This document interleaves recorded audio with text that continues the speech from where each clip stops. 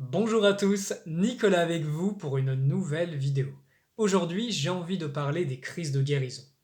Alors, ce qu'il faut savoir dans une structure humaine, quand vous vivez des traumas, quand vous vivez des choses difficiles, c'est enregistré dans votre corps, dans votre âme, dans vos cellules. Ce qu'il faut comprendre, c'est que si humainement vous n'avez pas la capacité et assez d'énergie pour vivre, on va dire, ce choc et que le corps, tous vos corps, qu'ils soient physiques ou spirituels, le traitent, eh bien ça va être en attente, ça va créer des condensations qui vont attendre de se libérer. Ce qu'il faut comprendre, c'est que quand vous recevez de l'énergie, eh bien, il peut y avoir par moment, si vous avez des choses qui ne pouvaient pas sortir avant, des crises de guérison. Ça peut être des émotions, ça peut être l'impression d'être perdu, ça peut être des symptômes physiques, parce que par exemple, si vous avez intoxiné votre corps pendant longtemps, une période plus ou moins longue, et que tout d'un coup vous avez de l'énergie qui permet à votre corps de transformer en fait toute cette toxicité, qu'elle soit mentale, émotionnelle, physique, eh bien votre corps va le revomir. Et il va le revomir pourquoi? Parce que vous avez suffisamment d'énergie pour évacuer tout ça. Alors je peux vous dire, dans ces cas-là, vous passez un sale quart d'heure. Mais comprenez bien que c'est une mauvaise phase pour justement guérir profondément, comprendre. Et que ce n'est pas en gardant un corps intoxiqué, en restant dans des schémas négatifs, que vous allez pouvoir guérir en profondeur tôt ou tard. Si vous avez une démarche et une véritable envie de progresser, ce processus va se produire et demandera une évacuation qui est très inconfortable. Parfois. C'est pas dit que ça arrive toujours, mais par expérience, ça arrive.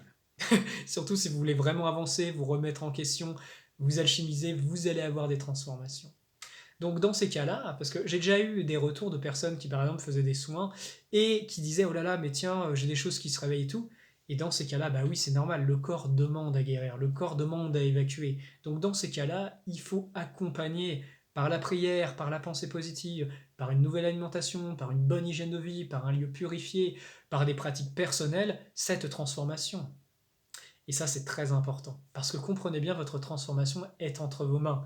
Et qu'à un autre niveau, et particulièrement sur Terre, il vous est demandé, il nous est demandé à tous, de croître en spiritualité, d'avoir une vivacité spirituelle qui vous permet de grandir, de croître pour l'éternité. Et toutes ces épreuves, y compris dans les crises de gazon, qu'elles soient petites ou plus grandes, sont justement des occasions de voir où vous en êtes et de voir comment est-ce que vous vous comportez face à ces vagues. Parce que ça déterminera la suite par rapport à si des choses plus grandes vous seront confiées ou non. Je tiens aussi à préciser que d'une certaine façon, quand vous avez des grandes choses à faire sur Terre, il faut que vous soyez prêt. Parce que les forces involutives, elles sont là et elles vont vous tester.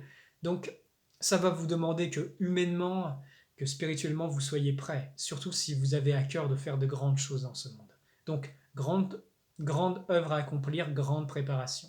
Si vous voulez juste rester dans l'habitude idée le bien, ça peut aussi marcher, mais il ne vous sera pas autant demandé que si vraiment vous avez un désir profond de participer avec le divin.